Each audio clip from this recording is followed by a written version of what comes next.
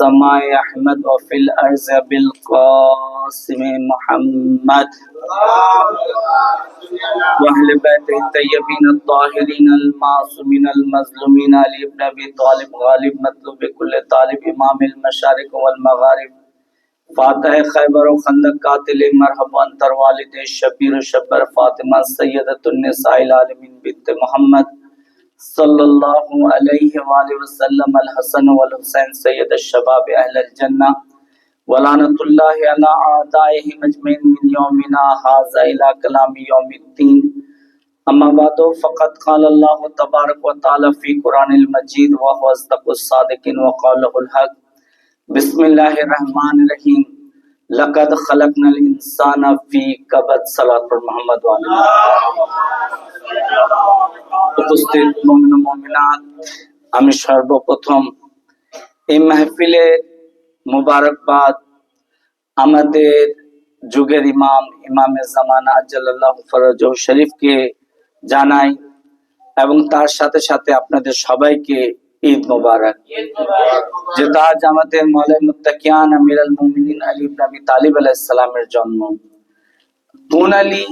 যার জন্ম হয়েছে কাবাতে। আমি যে আয়াতটি পড়েছি লাকাদ খালাকনাল ইনসানা ফি কাবাদ, আমি সবাইকে না আল ইনসানকে, যেহেতু আলিফ লাম, যেহেতু আমাদের মৌলানা সাহেব উপস্থিত রয়েছেন, যখনই আলিফ লাম চলে আসে তার গুরুত্ব অন্য হয়, সেটা অন্য জিনিসের থেকে ওটাকে আলাদা করা হয়।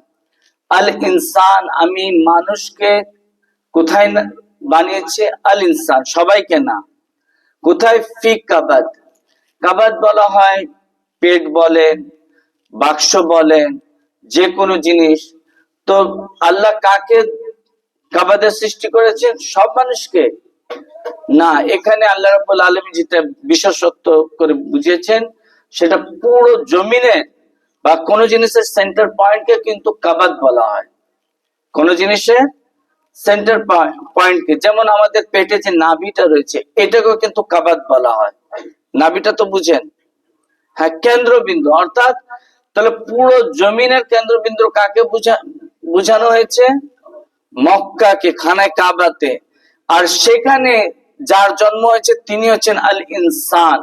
সালাত পড়ুন মুহাম্মদ ওয়া আলি মুহাম্মদ।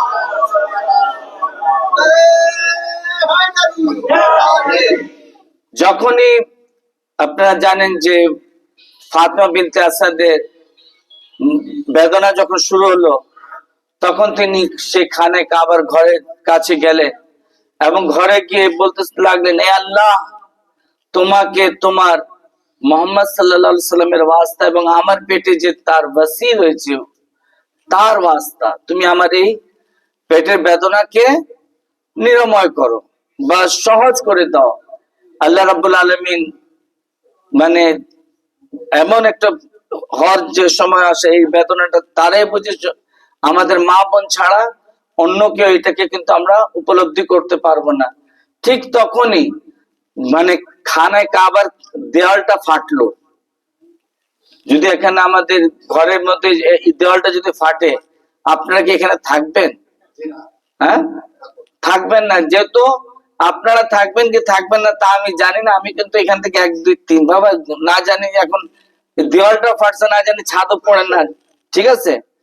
তো যখনই কিন্তু আল্লাহ ফাতিমা বিনতে আসাদ, তিনি যখন দেওয়ালটা ফাটলো তিনি পালান নাই, ঠিক আছে। এই দৃশ্যটা দেখলো কি আব্দুল্লাহ ইবনে আব্বাস, কে যিনি হচ্ছেন রাসূল আকরাম সাল্লাল্লাহু আলাইহি ওয়াসাল্লামের চাচা। তিনি দেখতেছেন কি যখনই খানায় কাবার দেওয়ালটা ফাটতে লাগলো, যখন ফাটল হইলো এবং দরজা হয়ে গেল, সেখানে ফাতিমা বিনতে আসাদ প্রবেশ করলেন।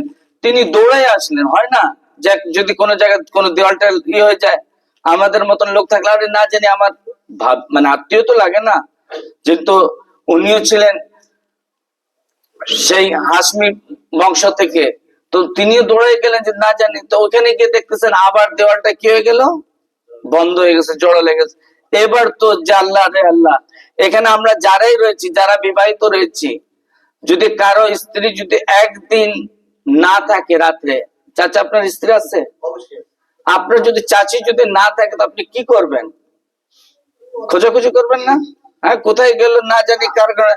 ভাই আমার স্ত্রী যদি একটা রাত যদি না জানে আমার কোন জায়গা থাকে, তো আমি কালকে রাত্রে আর ওর সকালে আর রাখবো না। কিন্তু কোন ইতিহাসে এটা নাই যে হযরত আবু তালিব আলাইহিস সালাম তার স্ত্রীকে খুঁজেছেন। আর এই ঘটনাটা যখন কোনো একটা অলৌকিক ঘটনা ঘটে, তখন এটা কিন্তু খুব বিদ্যুৎ গতিতে কিন্তু ছড়ায় পড়ে। দেখার সময় কিন্তু ছিল একজন, এখন হয়ে গেল কি পুরো মক্কাতে এই হয়ে গেল যে দেখো খানায় কাবার দেওয়ালটা ফাটলো, ফাতমা বিনতে আসাদ তার মধ্যে প্রবেশ করলো। একেবারে দূর দূরান্ত থেকে, গ্রাম থেকে, শহর থেকে, সমস্ত জায়গা থেকে ভিড় হওয়া শুরু করলো যে ওইখানে। ঠিক আছে, এখন হচ্ছে কি যখন 3 দিন পর্যন্ত ফাতমা বিনতে আসাদ ওই ঘরের মেহমান থাকলেন, ঠিক আছে, ওই ঘরের তো লোকজন বলতেছে যদি উনি দরজা থেকে যাইতেন তো হয়তো আজকের মোল্লারা এটাই বলতো যে উনি যদি খানায় কাবারতে নিজের সন্তানকে জন্ম দিবে না তো আর দিবে কি। কিন্তু ওনারাই তো হচ্ছেন মোতাওয়াল্লি, খানায় কাবার চাবি তো ওনাদের কাছে থাকে। আল্লাহ বললেন যে মানুষদের মুখকে বন্ধ করতে হবে, যেহেতু আমার ওয়ালির আগমন হবে এমন ভাবে হবে যেটা সারা জীবন মানুষের স্মরণে থাকে। সাল্লাল্লাহু আলাইহি মুহাম্মদ ওয়া আলি তারপর এখান থেকে প্রবেশ যখন করলেন তো সবাই তো লোকজন বলতে লাগলো ভাই এই আবু তালিব যাও গে তালা থেকে মানে চাবি দিয়ে খোলো, কিন্তু আর তালা খুলে না। যে চাবি দিয়ে সব সময় খুলতেন একে ই করলো, কিন্তু আর তালা খুলে না। মোহাম্মদ সাল্লাল্লাহু আলাইহি সাল্লাম আসলেন 3 দিন পর এবং আয়েশা বললেন আচ্ছা আপনি চাবিটা আমার কাছে দেন। যখন আমাদের প্রিয় নবী হযরত মুহাম্মদ মুস্তাফা সাল্লাল্লাহু আলাইহি সাল্লাম ওই তালাতে আর চাবিতে দিলেন আর তালা খুলে গেল, তারা প্রবেশ করলেন ভিতরে। কে? আমাদের প্রিয় নবী হযরত মুহাম্মদ সাল্লাল্লাহু আলাইহি সাল্লাম। খুব সংক্ষেপে করতেছে যেহেতু সময় খুবই কম। তো যখন তিনি ঢুকলেন তখন তার চাচি অর্থাৎ ফাতেমা বিনতে আসাদ মাওলা মুত্তাকিয়ান আমিরুল মুমিনিন আলী ইবনে আবি তালিব আলাইহিস সালামের মাতা, তিনি বলতেছেন ইয়া রাসূলুল্লাহ আমার এই সন্তান 3 দিন হয়ে গেল না ক্রন্দন করেছে, না চোখ খুলেছে, না মানে কোনো কিছু খেয়েছে, না চোখ খুলেছে, না ক্রন্দন করেছে, আর না কোনো কিছু খেয়েছে। যদি ক্রন্দন করতেন মাওলা আলী তো আজ ইতিহাস এটা লিখতো যে আমাদের বুজুর্গানরা যদি ক্রন্দন করেছে গাড়ে হেঁটাতো তো আমাদের দোষ কি হয়েছে, তোমাদের আলীও তো খানায় কাবাতে ক্রন্দন করেছেন, এই জন্য কিন্তু ক্রন্দন করেন নাই। তার কোন চোখ খুলে কিছু মানে চোখ খুলেন নাই। কেন খুলেন নাই? যদি বলতো যে আমাদের বড় বুজুর্গানরা যদি মূর্তি পূজা করতো তো কি হচ্ছে, তোমাদের আলীও তো চোখ খুলে সর্বপ্রথম যেটা জিনিস দেখেছিল সেটা খানায় কাবার মূর্তিগুলিকে দেখেছিল, এই জন্য কিন্তু মাওলা আলী চোখ খুলেন নাই। যদি তিনি কোনো কিছু যদি দুনিয়াবি কোনো কিছু খাইতেন তো বলতেন যে কি খেয়েছে, ওই যে ওইটা না জানি কেমন। এর জন্য যখন রাসূল আকরাম সাল্লাল্লাহু আলাইহি ওয়াসাল্লামের কোলে দিলেন তখনই রাসূল আকরাম সাল্লাল্লাহু আলাইহি ওয়াসাল্লাম কোলে আসে মাওলা মুত্তাকিয়ান সর্বপ্রথমে চোখ খুলে রাসূল আকরাম সাল্লাল্লাহু আলাইহি ওয়াসাল্লামের জিয়ারত করলেন এবং তারপরে মানে রাসূল আকরাম সাল্লাল্লাহু আলাইহি ওয়াসাল্লাম তার মুখে নিজের জিহ্বা মুবারকে লোয়াবে দাহান খাওয়াইলেন এবং তারপরে তিনি বললেন এই আমার ভাই কিছু পড়েন, কিছু বলেন। তিনি প্রথম স্টেজে এসে তাওরাতের তেলাওয়াত করলেন। দ্বিতীয়তে যখন তাওরাতের তেলাওয়াত করলেন তো রাসূল আকরাম সাল্লাল্লাহু আলাইহি ওয়াসাল্লাম বললেন এই আমার ভাই আপনি তাওরাত এমনই ভাবে তেলাওয়াত করেছেন মুসার চেয়ে উত্তম। দ্বিতীয় স্থানে জবুরের তেলাওয়াত করলেন। যখনই জবুরের তেলাওয়াত করলেন বলেন এই আমার ভাই আপনি জবুর তেলাওয়াত করেছেন দাউদের চাইতে উত্তম। ইনজিল যখন তেলাওয়াত করলেন তখন বললেন যে এই আমার ভাই আপনি ইনজিল ঈসার চাইতে উত্তম তেলাওয়াত করেছেন। চতুর্থ স্থানে গিয়ে রাসূল আকরাম সাল্লাল্লাহু আলাইহি ওয়াসাল্লাম যেহেতু এখন পর্যন্ত কিন্তু কোরআন নাযিল হয় নাই, এখনো কিন্তু যদি যেহেতু কোরআন বলতেছে নিজের নবীকে রাসূল সূরা কিয়ামতে লা তুহারিক বিলিসানিক, এখন আপনি আপনার জবানকে হারকাত দিয়েন না। যদি আপনি কোরআন পড়বেন তাহলে তাসদিক কে করবে যে আপনি কোরআন পড়তেছেন না আর কিছু বর্ণনা করতেছেন? যেহেতু তাসদিক কে করে? যে কেউ তার থেকে উত্তম হয়, সত্যায়িত কে করে? এখন যে যার থেকে উত্তম হবে। যখনই মাওলা আলী আলাইহিস সালাম রাসূল আকরাম সাল্লাল্লাহু আলাইহি সাল্লামের হাতে এসে যখন কোরআনের তেলাওয়াত করলেন, যখন কিছু পড়লেন, তখন রাসূল আকরাম সাল্লাল্লাহু আলাইহি ওয়াসাল্লাম বললেন, এ আমার ভাই, আপনি তেলাওয়াত করেছেন কোরআনের তেমনই যেমন করে আমি সালাতুল মুহাম্মদ ওয়া আলি মুহাম্মদ। শেষ করতেছি 1 মিনিটে।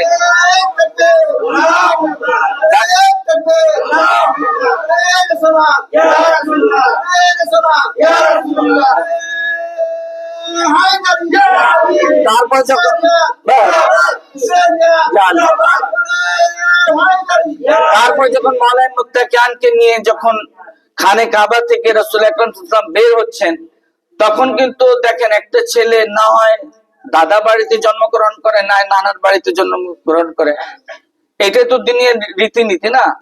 যখনই দুনিয়াতে যখন কোনো বাচ্চা নানার ঘরে জন্মগ্রহণ করে, তখন তার আত্মীয় স্বজন রা এসে এটাই বলে, দেখো তার চেহারা হচ্ছে তার নানার মতন, নাক হচ্ছে তার মামার মতন, কান দেখো তো অমুকের মতন, গাল দেখো তো তার খালার মতন, ঠোঁট দেখো তো তার মায়ের মতন।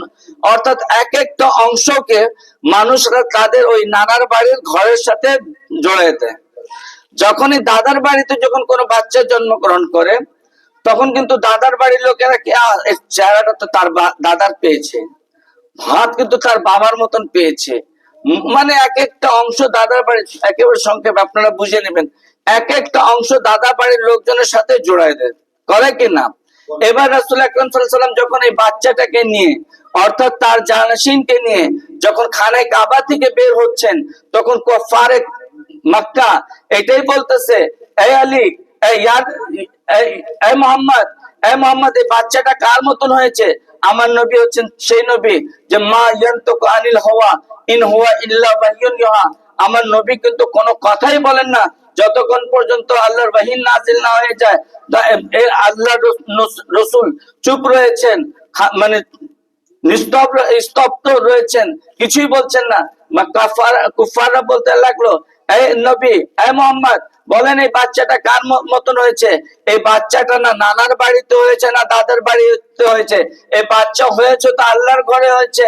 তখনই আল্লাহ রাব্বুল আলামিন বলছেন, এই আমার হাবিব, আপনি বলে দেন, যদি কেউ এর চেহারা সম্পর্কে জিজ্ঞাসা করে আপনি বলে দেন ওয়াজহুল্লাহ, যদি কেউ এর চোখ সম্পর্কে জিজ্ঞাসা করে আপনি বলে দেন আইনুল্লাহ, যদি কেউ কান সম্পর্কে জিজ্ঞাসা করে দেয় আপনি বলে দেন উজনুল্লাহ, যদি নাক সম্পর্কে যদি জিজ্ঞাসা করে বলে দেন উনফুল্লাহ, হাত সম্পর্কে জিজ্ঞাসা করে বলে দেন ইয়াদুল্লাহ, সিনার বুক সম্পর্কে জিজ্ঞাসা করে বলে দেন সদরুল্লাহ, যদি কোমর সম্পর্কে জিজ্ঞাসা করে বলেন জাম্বুল্লাহ, যদি পা সম্পর্কে জিজ্ঞাসা করে বলে দেন কাদামুল্লাহ, যদি পুরো শরীর সম্পর্কে জিজ্ঞাসা করে দেন ওয়ালিউল্লাহ সাল্লাল্লাহু আলাইহি মুহাম্মদ।